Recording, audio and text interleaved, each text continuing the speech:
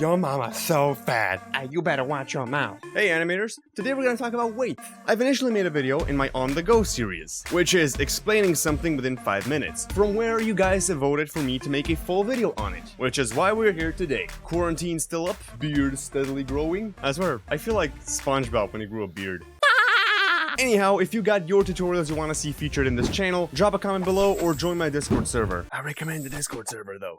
It's a lot of fun. I feel like these videos want to see more. Drop a like, hey, maybe hit the bell. And with all that on the side, let's see what we can do with weight.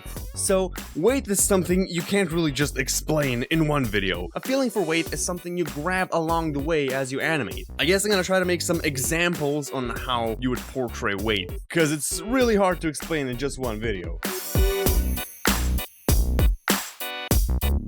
Alright, so if we got a normal sized door, and let's say they work on some sort of machinery that automatically opens them, because I'm too lazy to animate the character, yes. I guess the preferred speed at which the doors would open would be something like this. I mean, that seems reasonable. The door is about the size of a human, and this is a reasonable speed and weight and whatever. What you shouldn't do is something like this. This is not realistic, because this makes it seem like the door is way too light, like it doesn't have any weight to it. If the door was heavy, it means it's got a lot of mass. And if you want to move a lot of mass, you have to give it the energy to move first. You can't just start acceleration in an instant. It doesn't work that way. If you want to move mass, you gotta give it the energy to move. And that usually takes time. So this is how the door should open if they got weight. Okay, maybe a little bit faster, depending on how strong the mechanism is supposed to be. However, in no case is it justified for the door to open like this. It doesn't work that way, ever. On a similar note, if the door was 10 times its normal size, you can guess where I'm going with this, the door would take a lot of time to open. And even this is too fast, because it's got all the mass that needs to be moved. Now again, some of you might be looking at this and be like, hey, that doesn't make sense. Why don't the door just open faster? It's like, the mechanism is 10 times bigger as well. It should be 10 times stronger, right? Well, it is, because it's moving all that mass. The mechanism is bigger, and the mechanism is stronger to be able to even move the door. However, the door is not moving slowly. If you look at the ground, this is several feet, and it moved super quickly. Hold on, let me put a character here as a reference. God damn it. Spawn closer.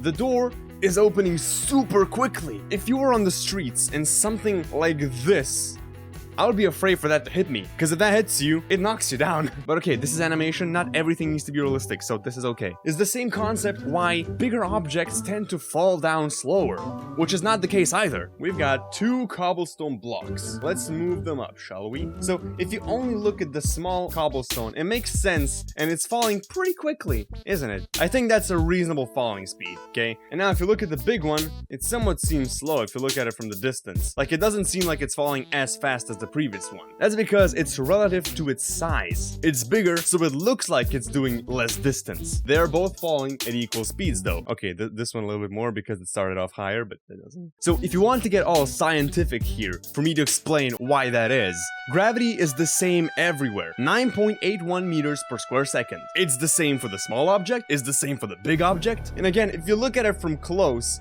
this object is doing a lot of distance. It just doesn't look like it because it's bigger. And if something is doing that much distance with this size, means there's a lot of energy in it. And when this thing falls to the ground, it's gonna have an impact. Now, if you were to do this, sure, if you look at it like, if this is a normal sized cobblestone, I mean, it makes sense, right? But it's not. It's enormous. It shouldn't work that way, because that's a lot of distance. And the gravity, regardless of size, is always the same speed. Weight. Now I'm gonna try to make a few examples here as well. I make the same example as I did in my weight tutorial in On The Go. English. Look, I don't even want to have a texture on here. I just want to distinguish the up from down. So if we come to look at our bowling ball, let's say it moves out with an ease out and stops. Okay, that's way too much. Why not? That seems like a bad example. And at this point, it would fall down to the ground. Of course, I'm using folders because I can have overlapping action. So if that's the case, boom. If you were to take into account this size and this speed, this looks like a marble. It's falling down really quickly, which means it's probably super small. The falling speed is you can see the marble here, right? You can totally see the marble. If I do this though, it seems slightly bigger and a little bit heavier. Is this even positioned on the... No, it's not. It's floating. I knew something was off. You all know how gravity works because you see it every day. You subconsciously understand physics down to the brim. You know exactly what it should look like, subconsciously. And by that, you can imagine how big this is because you can see how fast it's falling. However, that is different if you're looking at for example, beach ball, because the beach ball has air resistance. It's got air inside of itself, so air can carry it around, which means... one second. Jesus. I didn't get much sleep, okay? I'm gonna be honest. I'm taking advantage of my free time here. Whew. When it's in mid-air, the air is stopping it, and when it bounces off, it's got that resistance. You can feel how light it is because of how slow it's moving and how air is resisting. That is not the same for motion, which is generally slow. With this one, you can feel the tempo is off, and it's almost like slow motion. It's unrealistic, and bad tempo has nothing to do with weight. These are intentional, and you can see why they move the way they do. This is just bad animation. Don't get that confused. Now, one more example, I'm gonna try to animate a Steve throwing a block to see where we can get with that. Okay, I'm just gonna make a quick time lapse of myself animating this because this is not the point. The point is the weight.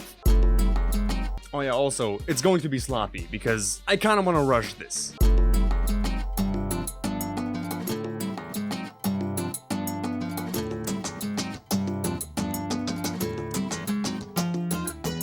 Tell me, how heavy is this cobblestone? How heavy it is? Not really. Because this guy throws it almost effortlessly. I mean, the motion seems like it's super heavy. He has to carry it like this and support with the other arm, which means like, oh, that's something heavy. You can tell he's struggling here. However, the speed at which he does that is like, the thing just flies out. And this thing is not heavy. This thing is light. Now, I would have to animate a whole nother example of the guy actually struggling to slowly throw the boulder, not like... I don't know if I can do it simply by delaying all this. I can try. I don't know if it's gonna look good, though. It does look a little bit better, so let's try this. Okay, yeah, it does look like he's struggling more. We would have to fix this arm, though. That's way better. The final point can be brought in closer, and this cannot be lifted as much. And this looks like he's struggling way more, and the boulder is heavier. It's not the best case, because all I did was... Can you loop? It's not the best case, because all I did was slow it down. You would have to animate it differently for the entire thing, but you do get the point across. Weight is connected with speed a lot, with the tempo. How fast something is done, and how fast the object accelerates. Remember the door. Small door, open fast. Big door, open slow. Because it's bigger. It's heavier. Now, I was going to animate another example of a character swinging the hammer around, but I think I've wasted enough time with this already, so let me just explain with words. You got this hammer, right? You got the hammer. You know what a hammer is. Yeah, at this point, I'm just going insane.